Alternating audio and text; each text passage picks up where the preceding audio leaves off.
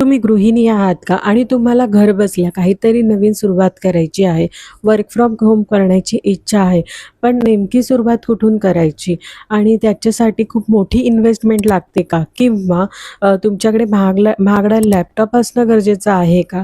तर किंवा खूप मोठी अशी गोष्ट शिकायची आहे का? तर असं ह्या सगळ्या गोष्टींची आहे ना उत्तरं देण्यासाठी आजचा हा आपला व्हिडिओ आहे. तर त्यामुळे हा व्हिडिओ तुमच्यासाठी खूप इन्फॉर्मेटिव्ह असणार आहे. त्यामुळे व्हिडिओ स्किप न करता शेवटपर्यंत नक्की बघा. आज तुम्हाला 6 पॉइंट जे आहे ना ते एक्सप्लेन करणार आहे. Point number 1, mobile. तर तुमच्याकडे ना एक छान असा स्मार्टफोन असणं गरजेचं आहे.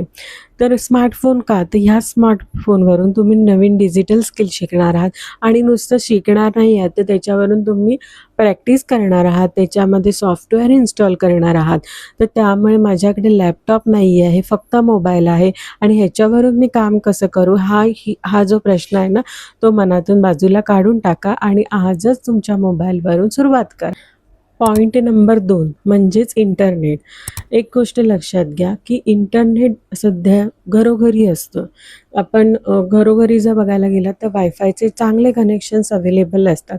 तर त्यामुळे तुमच्याकडे वायफाय असेल किंवा मोबाईल डेटा जरी असेल ना, तरी काही हरकत नाही आहे. त्याच्यावरून तुम्ही नवीन डिजिटल स्किल शिकू शकतात, AI शिकू शकता, सोशल मीडिया हँडल करू शकतात किंवा क्लायंटला त्यांचं काम जे आहे ते वेळेमध्ये सबमिट करून देऊ शकता. अशा वेगवेगळ्या गोष्टी आहे ना, या सगळ्या गोष्टी तुम्ही इंटरनेटवरून मॅनेज करू शकतात आणि एक चांगली स्किल जी आहे ना, ती तुम्ही शिकू शकता. आज मी तुम्हाला सांगणार आहे पॉइंट नंबर 3 म्हणजे स्किल. नुसतं तुमच्याकडे इंटरनेट आणि चांगला फोन असणं म्हणजे गरजेचं नाही आहे.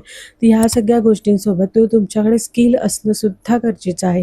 एक चांगली स्किल तुमचं आयुष्य घडवू शकते. उदाहरणार्थ आजकाल कॅनव्हास काय सगळेजण वापरतात, पण कॅनव्हा वापरून त्याच्यामध्ये ग्राफिक डिझायनिंग कशाप्रकारे करायची? कारण म्हणजे मार्केटमध्ये आहे ना, क्लायंटला आहे ना वेगवेगळ्या गोष्टी, नवीन-नवीन गोष्टी हव्या असतात. त्याच गोष्टी आहे ना, अगदी त्यांना रटाळवाणं वाटतं. त्यामुळे तुम्ही काय नवीन देऊ शकता? तुमच्यातली स्किल काय नवीन देऊ शकते? किंवा तुम्ही AI टूल्स कोणत्या वापरता आहात? चांगलं कंटेंट क्रिएशन करता आहात का? किंवा तुम्ही व्हिडिओ एडिटिंग कसं करता? ह्या सगळ्या गोष्टी आहेत ना, एकाच गोष्टीवरून उपयोगी असतात. त्या म्हणजे तुमची स्किल, तुमच्या आतमधली जी कला. स्किल म्हणजे तुमच्या आतमधली जी कला, ती तुम्हाला नवीन गोष्टी ज्या आहेत त्या शिकतात तुम्ही आणि त्याच्यामार्फतच तुम्ही फ्रीलान्सिंग करू शकता. पॉइंट नंबर 4 म्हणजे शिकण्याची तयारी.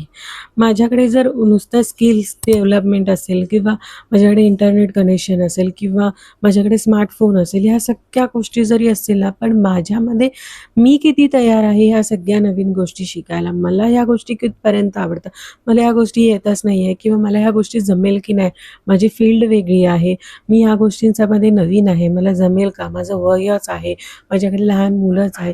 या गोष्टींची आहे ना कारणे देणं बंद करा आणि नवीन गोष्टी शिकण्याचा प्रयत्न करा. मेन म्हणजे ज्यावेळेस तुम्ही शिकणार त्यावेळेस तुमच्याकडे कॉन्फिडन्स जो असेल ना, तो आपोआप तुमच्याकडे येणार आहे. तर त्यामुळे नवीन गोष्टी शिकण्याची तयारी आजपासूनच तुम्ही स्वतःमध्ये आत्मसात करा. पॉइंट नंबर 5 म्हणजे रोजचा वेळ. रोजचा वेळ म्हणजे काय? तुम्ही वर्क फ्रॉम होम करतात आहात. म्हणजे असं नाही की तेच दिवसभर घेऊन गरजेचं आहे बसणं.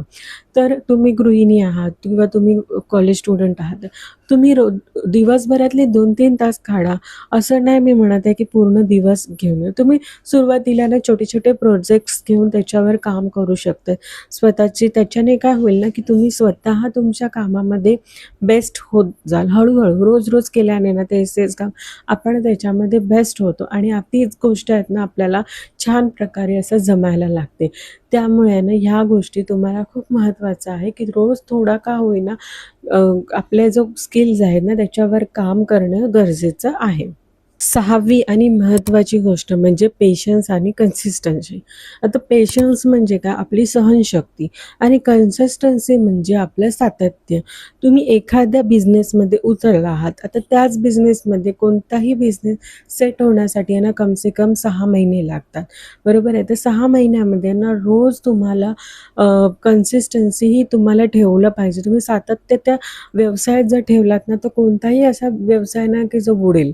ठीक आहे. आणि पेशन्स म्हणजे सहनशक्ती, की आपण आपल्या बिझनेसमध्ये सहनशक्ती ठेवायला. सुरुवातीला तुम्ही मोठा नफा होईल किंवा ह्या गोष्टीतून मला खूप मोठा फायदा होईल असं करायला जाऊ नका.